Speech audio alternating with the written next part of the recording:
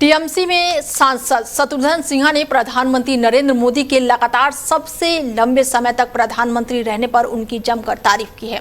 उन्होंने social media platform x पर PM Modi के साथ तस्वीरें साझा करते हुए 12 साल पूरे होने पर शुभकामनाएं दी है और उनके लंबे और स्वस्थ जीवन की कामना की है। इसी बीच टीएमसी के कथित बागी सांसदों की सूची में नाम आने पर शत्रुघ्न सिन्हा ने खुद को किसी भी बागी गुट का हिस्सा मानने से इनकार कर दिया है।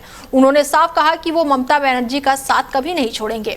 शत्रुघ्न सिन्हा ने कहा कि मुश्किल समय में ममता बनर्जी उनके साथ खड़ी रही और वो भी हर परिस्थिति में उनके साथ खड़े रहेंगे।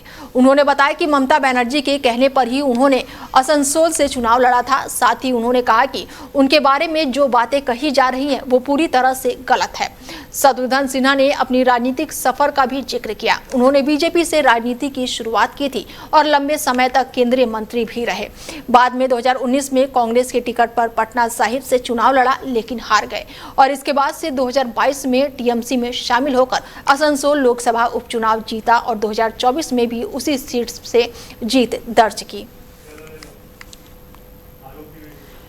और हमारे साथ खबर पर चर्चा करने के लिए आलोक जी जुड़ चुके हैं। उनसे जानते हैं किस तरीके से देख रहे हैं। आलोक जी हैं, राजनीतिक विशेषज्ञ हैं। बातचीत करते हैं कि टीएमसी में लगातार टूट के जो मामले हैं वो सामने आ रहे हैं, लगातार बगावत देखने को मिल रही है। तो सबसे पहले सवाल तो मेरा यही होगा आलोक जी कि आप किस तरीके से इसको देखते हैं।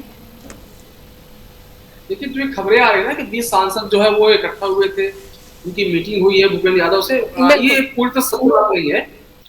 जाहिर सच्चाई थी कि 4-5 सांसद जरूर पीयूष गोयल से भूपेंद्र यादव से मुलाकात की थी, लेकिन अभी 20 का सांसद का आंकड़ा हुआ नहीं है। 29 सांसद देखिए हैं टीएमसी के। जिस दिन 20 सांसद हो जाएंगे उसी दिन जानिए टीएमसी की पार्टी टूट जाएगी और वही इंतजार हो रहा है कि कब टूटेगी। और दूसरे मैं आपको एक चीज बता दूं, अगर भाजपा ने डिसाइड कर लिया है कि टीएमसी को तोड़ना है, सांसदों को तोड़ना है, तो 100% भाजपा उनको तोड़ लेगी, इसमें कोई दो राय नहीं है। एक खबर आजकल और चल रही है कि टीएमसी का जो कांग्रेस से विलय हो जाएगा, ये पूरी तरह से कहानी है, इसमें कहीं कोई सच्चाई नहीं है। ये खबर एक्चुअली राहुल गांधी और भाजपा की तरफ से प्लांट की जा रही है। ये एक्चुअली उनके तरफ से खबरें प्लांट कराई जा रही है कि टीएमसी का जो है विलय हो जाएगा कांग्रेस में और इनको राष्ट्रीय पद का दर्जा पद दे दिया जाएगा ममता बनर्जी को। सच्चाई है कि ममता बनर्जी बहुत ही होशियार, बहुत ही तेज राजनेता है। वो जानते हैं कि कांग्रेस में अगर पार्टी विलय कर दिया तो उनका अपना खुद का वजूद खत्म हो जाएगा। अभी मायावती का जो वजूद है वो सभी दलों में है, सभी दलों की स्वीकारता है। जिस दिन कांग्रेस की पार्टी का विलय हुआ वो खत्म हो जाएंगे। देखिए, ममता बनर्जी क्यों आखिर विलय करेंगे? आखिर तो मिलेगा क्या विलय करके? कुछ हासिल होगा? नहीं होगा भाई। पश्चिम बंगाल में ममता बनर्जी मतलब उन्हीं का वजूद है, कांग्रेस में कुछ है ही नहीं है। तो वो कांग्रेस हम क्यों करेंगे? उनको कुछ फायदा थोड़ी ना होना है, तो क्यों विलय करेंगे? ये पूरी तरह से मनगढ़ंत है कि ममता बनर्जी जो है उनकी पार्टी विलय कांग्रेस में होगा। ये सिर्फ और सिर्फ खबरें बयान की गई हैं, इसमें सच्चाई बिल्कुल भी नहीं है। बिल्कुल, ऐसे में आलोक जी कह रहे हैं कि खबरें ये बनाई जा रही हैं, ये प्लान की गई हैं, फायदा किसका है? ये खबर क्यों फैलाई जाएगी? अभी जो तस्वीरें निकलकर सामने आई है कि किस तरह से सोनिया गांधी ने ममता बनर्जी को गले लगाया है, कल राहुल गांधी से जो अभिषेक बनर्जी की मुलाकात हुई है, कयास लगाए जा रहे हैं कि ऐसा हो सकता है, क्योंकि लगातार जिस तरीके से टीएमसी, सर मैं अपनी बात कंप्लीट कर लूं प्लीज, जिस तरीके से टीएमसी जो टूट रही है, एक एक करके सांसद जो है अलग हो रहे हैं, लग तो यही रहा है सांसद टूट रहे हैं। आपकी बात बिल्कुल सही बात है, लेकिन जो एक खबर आई है ना कि 20 सांसद टूट रहे हैं, अभी 20 सांसद नहीं टूटे लेकिन टूट जाएंगे, इसकी संभावना पूरी है।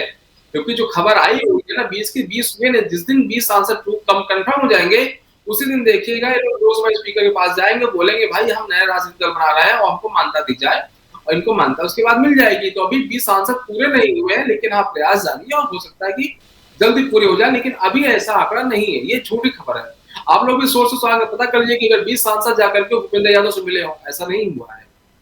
20 कंफर्म हो जाएंगे, 20 को 20 जाकर मिल लेंगे और देखिएगा उसके 2 दिन के अंदर जो है घोषणा हो जाएगी कि नया दल बनेगा।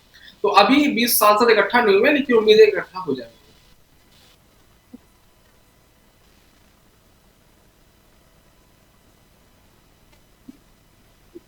नेता वो लगातार सोशल मीडिया पर अब अपना गुस्सा जाहिर कर रहे हैं, तो अब तक ये लोग चुप क्यों बैठे थे?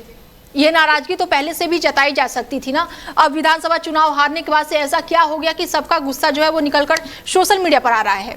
आलोक जी देखिए, हमेशा गुस्सा ना निकलता, कहाँ सोशल मीडिया पर निकलता है। पहले ममता बनर्जी सरकार की 15 साल सरकार रही है। अब आप जब सरकार का हिस्सा होते हैं तो आपका काम नहीं होगा तो कम से कम आपको कोई काम खराब तो नहीं होगा ना, इतना तो कम से कम होता ही होता है। इसीलिए जो सभी सांसद थे या विधायक तो चुपचाप बैठे हुए थे, चलो ठीक है भाई, हमारे ज्यादा इज्जत नहीं हो, ज्यादा सुनवाई नहीं हो रही, कम से कम सरकार है तो अधिकारी कम से सैल्यूट ढंग से मार रहा है, जो काम बोल रहा है हमारा काम भी कर दे रहा है। ये जो टीएमसी टूट हुई ना, इसकी एक्चुअली वजह जहां तक जो मेरे सोर्सेज जो मुझे जानकारी मिली है, उसके आधार पर ये बहुत बड़ा रीजन है अभिषेक बनर्जी है। अभिषेक बनर्जी की बहुत ज्यादा नहीं है, देखिए अभिषेक बनर्जी के जो पार्टी में इंटरफेयर है बहुत ज्यादा बढ़ गया था। उनके कारण जो पार्टी के वरिष्ठ नेता है, जो सांसद है, जो विधायक है, वो थोड़ा अपने आप को असहज महसूस करते थे। मुझे लगता है कि कहीं ना कहीं टीएमसी टूट का जो सबसे बड़ा कारण है वो अभिषेक बनर्जी है, ममता बनर्जी टूट का कारण नहीं। कि अभिषेक बनर्जी के इंटरफेयर होने के कारण इंसान जब अपने को अपमानित महसूस करता था तो उसमें तो अपमान का घूट पी लेता था, उसमें तो भाई सरकार है, चलो ठीक है बने रहो जो है। लेकिन उसको लगता सरकार है तो हम अपमान का घूट क्यों पे जो है। इसी कारण से जो है ये खबरें आना शुरू हो गई है कि टीएमसी फूटे हुआ है। और हम लोग ऐसा अंदाजा था हारने, जब टीएमसी हारी थी तो हमें लग रहा था कि शायद हो सकता है कुछ बड़ा बदलाव हो। एक बड़े बदलाव के एक आहट है, और आहट अभी आहट टीएमसी कंफर्म नहीं हुआ, लेकिन हाँ कंफर्म हो जाएगा जैसा रुझान दिख रहा है कि हाँ टीएमसी बड़ी टूट तो होगी। लेकिन आलोक जी, जिस तरीके से आप आहट बता रहे हैं तो आने वाले समय में क्या टूट हो सकती है?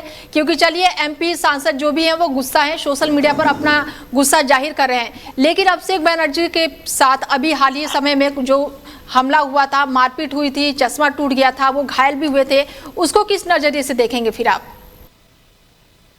अभिषेक बनर्जी को लेकर गुस्सा तो था ही, आम जनमानस में भी था गुस्सा और नेताओं में था, क्योंकि अभिषेक बनर्जी तो जिस तरह का बिहेव करना, गुस्सा थी ना टीएमसी से आलोक जी, जनता में गुस्सा भरा हुआ था। देखिए जो बयान हो गए थे चुनाव दौरान, बयान देखें कोई बयान क्या दिए थे कि पिछले बार हमने आपको छोड़ दिया था, सब क्या एक जो है। और लोकतंत्र में देखिए जनता असली जनता जनार्दन होती है, आपको जनता को प्रणाम करना चाहिए, ना कि उनको धमकाना चाहिए। और देखिए जो भीड़ होता है ना, भीड़ का कोई रूप नहीं होता है। मुझे एक अच्छी घटना याद है, पूर्वांचल में आज के 50 साल में घटना घटी थी। एक सांसद थे, वो ट्रेन जा रहे थे, पब्लिक इतना गुस्सा थी कि ट्रेन को पलटा दिया। आप सोच लीजिए, तो भीड़ का कोई रूप नहीं होता है। तो अभिषेक बनर्जी को समझना चाहिए, और अगर ये समझ लिए होते तो आप टीएमसी इस हालत में ना पहुंचते जहां पर पहुंच चुकी है वो। इसीलिए अभिषेक बनर्जी के कारण टीएमसी में टूट गई, और कोई टूटकार नहीं है। और भी देखिए जब मौसम चलेगा जुलाई में, तब तक हो सकता है हम लोग पता मिल जाए कि टीएमसी के 20 सांसद भाजपा में चले गए, अभी नहीं गए हैं, ये सच्चाई। ठीक है आलोक जी, तो अब क्या लग रहा है कि अभिषेक बनर्जी जो हैं उनका अगला कदम क्या होगा? ममता बनर्जी का अगला कदम क्या होगा? क्योंकि लगातार वो बड़े दिग्गजों से मुलाकातें तो कर रही हैं। आम आदमी पार्टी के जो संयोजक है अरविंद केजरीवाल से मुलाकात की, राहुल गांधी से मुलाकात कर ली, हालांकि मीटिंग थी उसके बावजूद भी मुलाकातें हुई हैं, तो ये किस तरीके से हम देखें?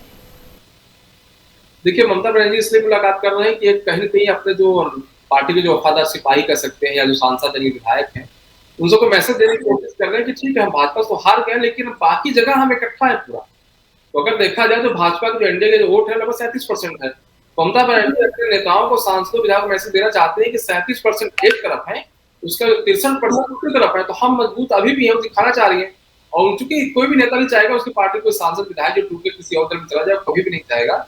वही इस समय ममता बनर्जी कयावत कर रही है, लेकिन होता क्या ना, इंसान जब मूड बना लेता है तो फिर उसको डाइवर्ट करना आसान नहीं होता है। एक बार जब सांसदों ने मूड बना लिया कि हम जाएंगे, तो बहुत ही मुश्किल है उनका रुकना, क्योंकि मूड बन जाता है तो बन जाता है, बहुत डिफिकल्ट होता है अपने आप को उस पर रोक पाना, क्योंकि कहीं ना कहीं उनके दिमाग में नेगेटिव चीज तो बसी हुई है। फिर उनको डर रहेगा अच्छा पार्टी रुक गए, फिर से वही ना हमें अपमानित होना पड़े जो पहले हुए हैं, तो वो सब कहीं ना कहीं दिमाग में चल रहा है। और दूसरों को लगेगा कि अपमानित थोड़ा सा अच्छा चलो भाजपा चले जाएगा, फिर उनकी सरकार है, साथ में रहेंगे कम से कम। ठीक है, थोड़ा समय कम है तो एक सवाल मेरा और आपसे होगा, थोड़ा सा जल्दी जवाब दीजिएगा। ये तस्वीरें जो शत्रुघ्न सिन्हा ने पोस्ट की है, ट्विटर पर किया है, सोशल मीडिया पर किया है, इसको देखकर क्या कहेंगे? क्या आने वाले समय में शत्रुघ्न सिन्हा भी अलग हो सकते हैं? हालांकि बयान तो उन्होंने दिया है कि मैं नहीं छोड़ूंगा ममता बनर्जी को। मुझे तो शत्रुघ्न सिन्हा को गलती का एहसास हो गया कि भाजपा से अलग होना उनकी जो सबसे बड़ी गलती तो वही थी। अगर भाजपा से अलग नहीं हुआ तो पटना साहिब से दोबारा जो है वो सांसद होते, 19 में सांसद होते, 24 में सांसद होते, हो सकता है भले मंत्री ने बना जाते, क्योंकि मंत्री बनने के लिए शायद जो क्राइटेरिया था तो उसमें शायद वो फिट नहीं पड़ रहे थे, उसको स्वीकार कर लेना चाहिए था। सिर्फ मंत्री पद न मिलने के कारण जो है मोदी के खिलाफ बोलना शुरू किया, अमित शाह के खिलाफ बोलना शुरू किया, पार्टी के खिलाफ बोलना शुरू किया। वो कहीं ना कहीं उनसे एक चूक हो गई, शायद उस चूक को सुधारने का प्रयास कर रहे हैं। और अगर आएंगे तो अभी तो भाजपा डिसाइड करेगी पार्टी में लेना है नहीं लेना है उनको, जो है तो भाजपा डिसाइड करेगी भाई किसको लेना है किसको नहीं लेना है। लेकिन शत्रुघ्न सिन्हा से चूक तो हो गई थी, उनको भाजपा को छोड़ के नहीं जाना चाहिए। छोड़ के जाने से सिर्फ शत्रुघ्न सिन्हा को नुकसान हुआ है, उससे भाजपा कोई हुआ है। जी धन्यवाद। बता दें कि लगातार टीएमसी में टूट की खबरें निकलकर सामने आ रही है। ऐसे में शत्रुघ्न सिन्हा ने पीएम मोदी की तस्वीरें जो है सोशल मीडिया पर साझा की है और जिसके बाद से कयास लगाए जा रहे हैं कि शत्रुघ्न सिन्हा भी ममता बनर्जी का साथ छोड़ सकते हैं। हालांकि शत्रुघ्न सिन्हा ने बड़ा बयान दिया है, उन्होंने कहा है कि ममता बनर्जी का साथ नहीं छोड़ूंगा।